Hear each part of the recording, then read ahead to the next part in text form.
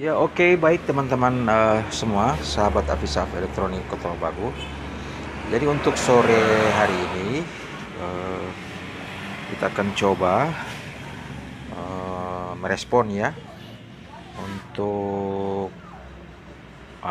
frekuensi suara dari speaker, GMC 899N ya.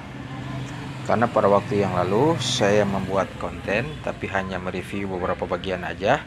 Dia punya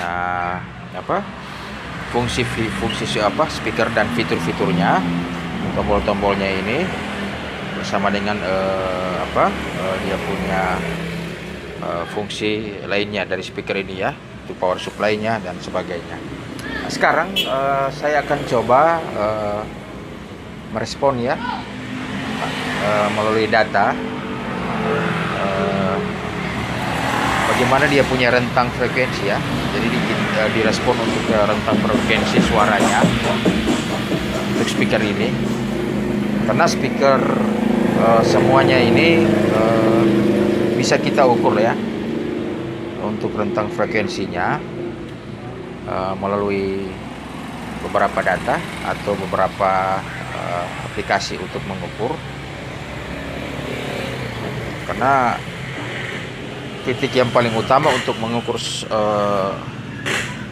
rentang frekuensi itu sebenarnya ada pada telinga kita ya. Untuk orang yang sudah lebih profesional untuk mengukur rentang frekuensi speaker maupun suara, istilahnya bukan speaker ya, suara, itu sebenarnya ada pada telinga kita, karena itu yang paling pokok ya. Cuma untuk pemula yang istilahnya kita semua ini belajar ya teman-teman, jadi kita semua belajar ya untuk di YouTube ini dan saling berbagi, karena pengukuran untuk bagi pemula itu biasanya memakai data ya, data-data melalui aplikasi yang ada, tapi pada titik utamanya sebenarnya ada pada telinga ya, karena titik pokok dari kita merasa nyaman ya di telinga, merasa nyaman dan merasa enak, karena kebutuhan untuk audio ini penunjang untuk semua speaker, transducer, crossover, atau dia punya mixer dan alat-alat penunjang lainnya disesuaikan dengan kebutuhan ya untuk pendengaran serta suara yang ditangkap ya. Jadi sebelum kita mencoba untuk masuk ke konten utamanya ini teman-teman, sebenarnya saya mau berikan suatu paparan kepada teman-teman, apa sih sebenarnya suara itu. Karena selama ini kan semua dari kesimpulannya semua dari untuk audio ini atau pendengaran sound system ini itu terletak di suaranya ya, dalam bentuk dia voice atau vokal ya. Jadi dihubungkan dengan pendengaran kita ya. Jadi sebenarnya titik utamanya ini apa sebenarnya pengertian untuk suara itu ya. Jadi saya selama ini mencoba untuk mulai dari video pertama, atau teman-teman lainnya, konten kreator lainnya sudah beberapa kali mungkin mereview, mencoba untuk istilahnya vlog atau bagaimana untuk masalah atau speaker atau kebutuhan audio mau sound system yang bagaimanapun, bermacam-macam sound system. Dia punya transducer, dia punya box untuk subwoofernya, dia punya mixernya, semuanya bertitik tolak pada kebutuhan telinga ya, kepuasan telinga. Jadi saya coba mau menanyakan kepada teman-teman, apa sebenarnya suara itu ya, pengertian dari suara itu. Ini yang awal langkah pertama untuk kita mencoba masuk ke istilahnya ini tutorial ya untuk audio. Kita masuk pengertian untuk secara awal ya, dasar kita Ini saya mengambil suatu kajian ya, sebenarnya mengkaji apa sebenarnya suara itu. Jadi kalau kita pelajari itu banyak ya teman-teman. Untuk suara itu kan banyak macam, contoh itu ada suara halo itu. Jadi suara itu banyak kalau kita mau pelajari, itu ada di fisika, mulai dari pelajaran SMP, SD barangkali sudah ada, atau SMP, SMA, untuk ke pelajaran masalah suara itu atau frekuensi suara. Jadi sebenarnya pengertian suara itu barangkali kalau menurut saya ya, itu getaran yang menghasilkan satu gelombang, terus dia masuk kepada otak kita, lalu kita persepsi dengan secara emosional. Emosional itu maksudnya perasaan kita ya. Jadi itu rambatan dia punya getaran, terus dia menjadi satu gelombang, dan gelombang itu dalam bentuk dia data, terus dia masuk dalam otak kita, lalu dipersepsi secara emosional, baik dia dalam bentuk bunyi apa saja ya di kehidupan kita sehari-hari. Sebenarnya teman-teman gampang ya kalau kita pikir secara kesimpulan untuk suara itu. Suara bisa ditangkap atau didengar oleh manusia itu dalam rentang 20 Hz sampai 20 kHz ya. 20 kHz itu dia 20.000 Hz atau 20.000 ketukan, 20.000 kali ketukan dalam per 1 detik ya. Dan kalau untuk 20.000 Hz itu sudah tinggi ya, untuk suara yang mau kita tangkap atau kita resapi atau kita itu di telinga kita ya. Jadi dia batas pendengaran kita 20 Hz sampai 20 kHz ya, atau 20.000 Hz. Itu kemampuan kita. Lebihnya dari itu sudah tidak mampu ya teman-teman untuk mendengar. Yang mampu mendengar itu cuma ya binatang ya, ciptaan Allah Subhanahu wa taala atau ciptaan Tuhan. Itu seperti ikan paus dan binatang lainnya ya yang mampu mendengar frekuensi suara ya.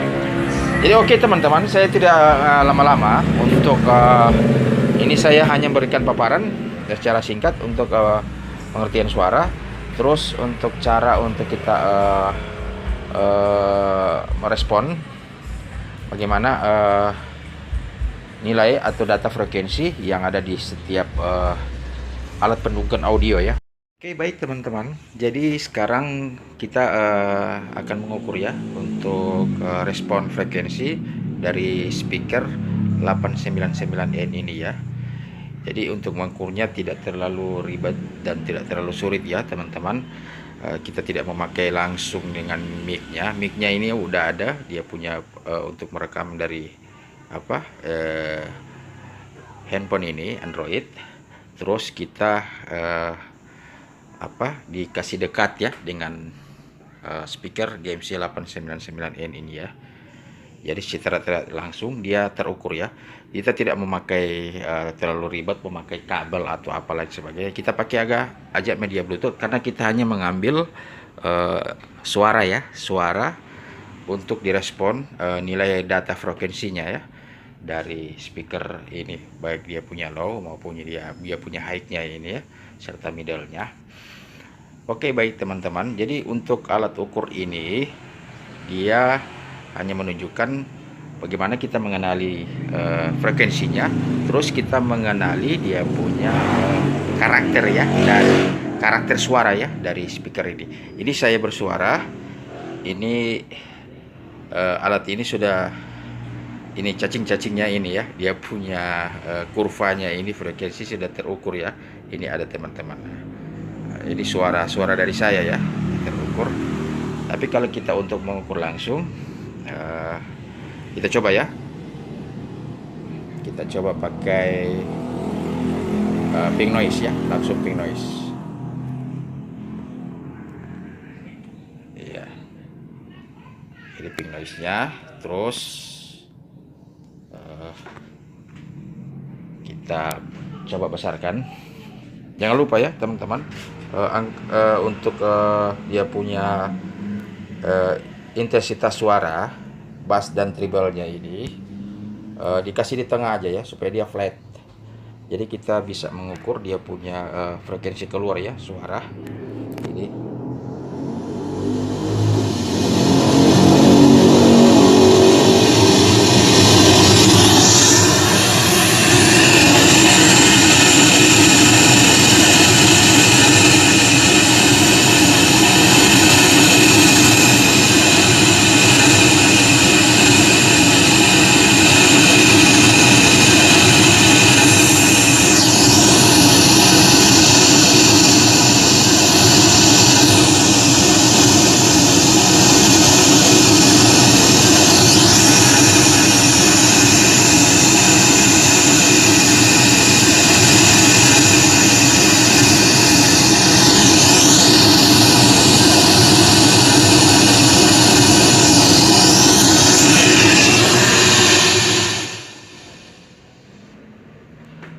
Oke, baik teman-teman, jadi kita coba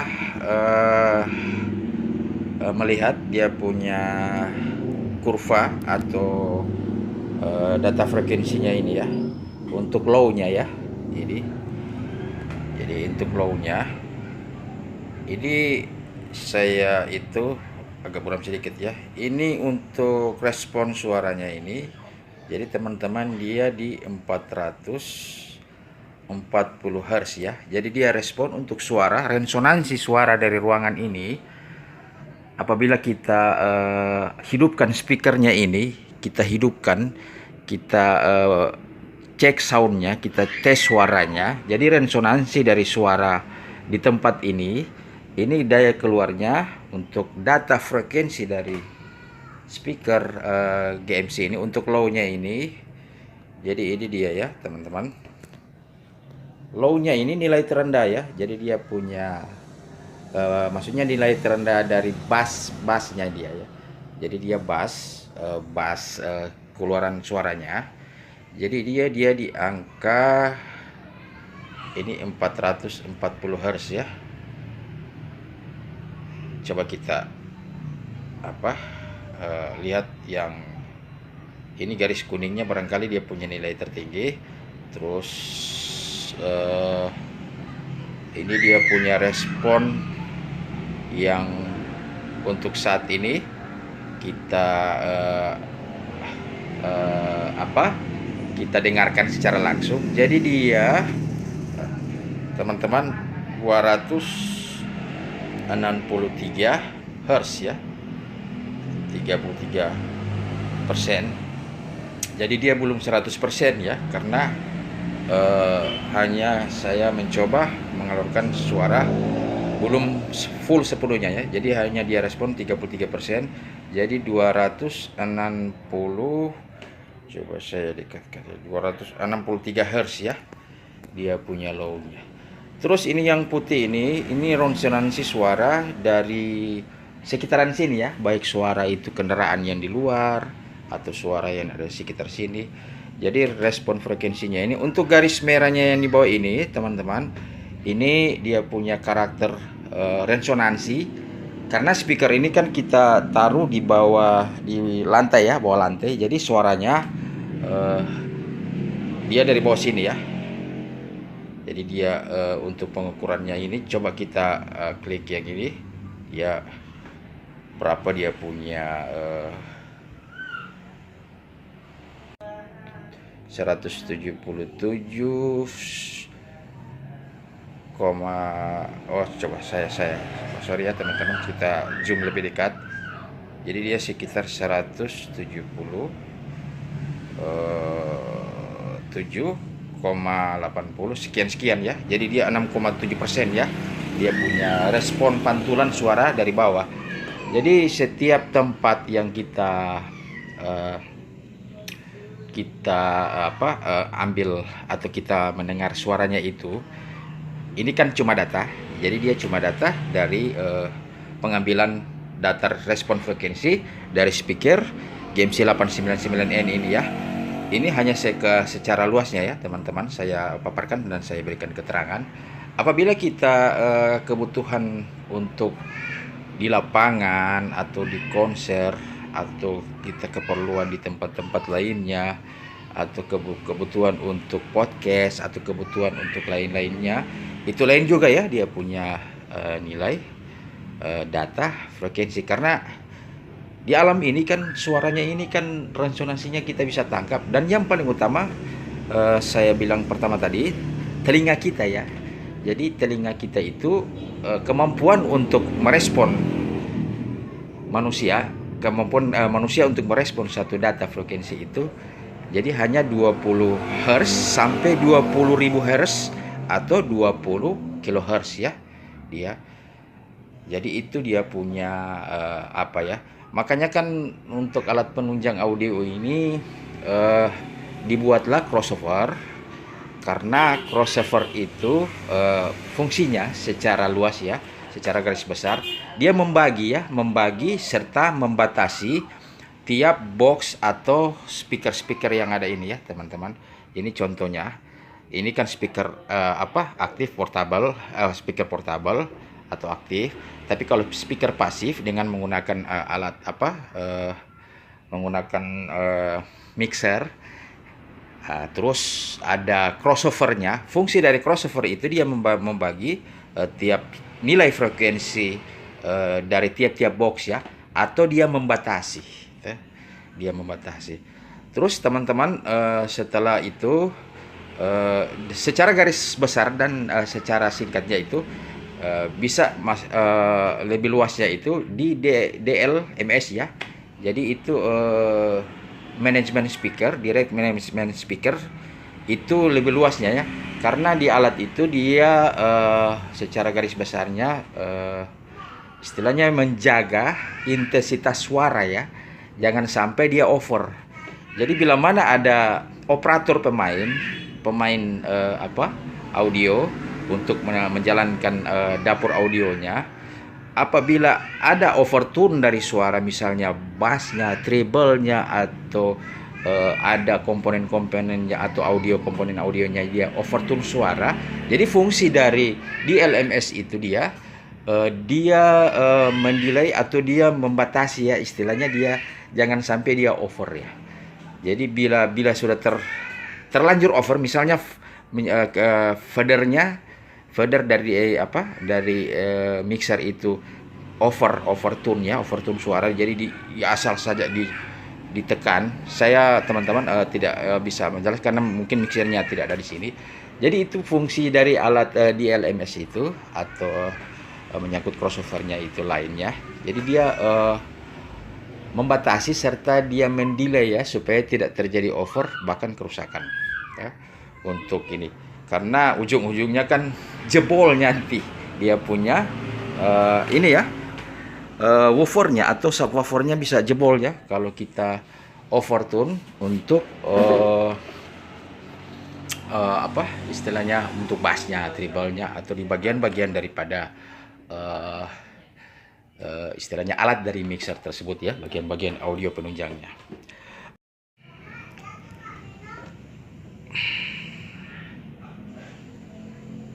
Nah ini teman-teman, dia punya apa, jadi dia punya responnya ini sekian ya, 18.723 Hz, 13,8%. Jadi dia merespon suara kalau dari pas kita tadi memberikan ini, dia punya pink noise dinyalakan, dia punya suara keluar, jadi dia responnya ini untuk datanya ini. Ini teman-teman hanya untuk data ya, data pengambilan alat ukur ini ya, dia respon. Titik utama teman-teman ada di telinga kita ya. Jadi ini hanya dia respon secara data. Jadi saya supaya kita mengetahui data dari pengukuran tiap-tiap alat ini, kita bisa mengetahui data berapa koma sekian dia merespon tiap alat yang ada ini ya. Oke, baik teman-teman, kita sudah mendengar dia punya ini tadi ya, dia punya suara untuk ping noise-nya, untuk mengukur dari suara frekuensi speaker 889N ini ya, GMC. Jadi untuk suara datanya kita sudah lihat secara, mungkin saya hanya memberikan satu garis besarnya ya. Kalau memang data ini belum valid ya, jadi karena kan resonansi suara dari ruangan ini kan berubah-berubah, jadi dia mengambil ini suara aja kita kan bisa terukur gitu. Cuma saya memberikan satu garis besar ya, jadi kita sini belajar sama-sama ya untuk tutorial masalah suara ini ya, untuk data frekuensinya. Jadi ini hanya tutorial untuk teman-teman mendengar hasil dari suara dari speaker ini. Kan sudah ada video lalu, saya sudah memberikan video lalu, sudah saya cek soundnya ya. Nah itu dia punya data dari yang sudah kita ukur tadi di alat RTA nya, aplikasi RTA bisa teman-teman download di Play Store untuk pengukuran frekuensi, rentang frekuensi dari tiap-tiap speaker, supaya alat kita atau audio kita enak ya didengar, karena yang menentukan itu kan telinga kita. Jadi itu teman-teman semua untuk tutorial hari ini. Jadi lebih dan kurangnya saya minta maaf, karena saya juga kan masih pemula belajar. Nanti kita belajar sama-sama di sini. Atau teman-teman juga bisa menonton konten kreator yang lain, memberikan secara garis besar dia punya cara pengukuran, dia punya cara merespon satu ini, tapi ujung-ujungnya semua terletak dari telinga kita. Hanya kebutuhan yang membedakan. Misalnya kebutuhan audio itu untuk istilahnya ada acara-acara besar, ada dia pameran, atau dia ada konser artis dan lainnya. Jadi kebutuhan itu di spesifik lebih ini, karena kan kebutuhan kita hanya di rumah atau kita bawa santai. Jadi kita mencoba untuk apa ya. Oke, baik teman-teman semua, jangan lupa ya like, comment, dan subscribe. Apabila channel ada video ini berguna bagi teman-teman semua, jadi jangan lupa ya dibagi, di share, di apa. Oke teman-teman, jangan lupa ya. Assalamualaikum warahmatullahi wabarakatuh. Kita jumpa lagi pada video berikutnya ya. Oke.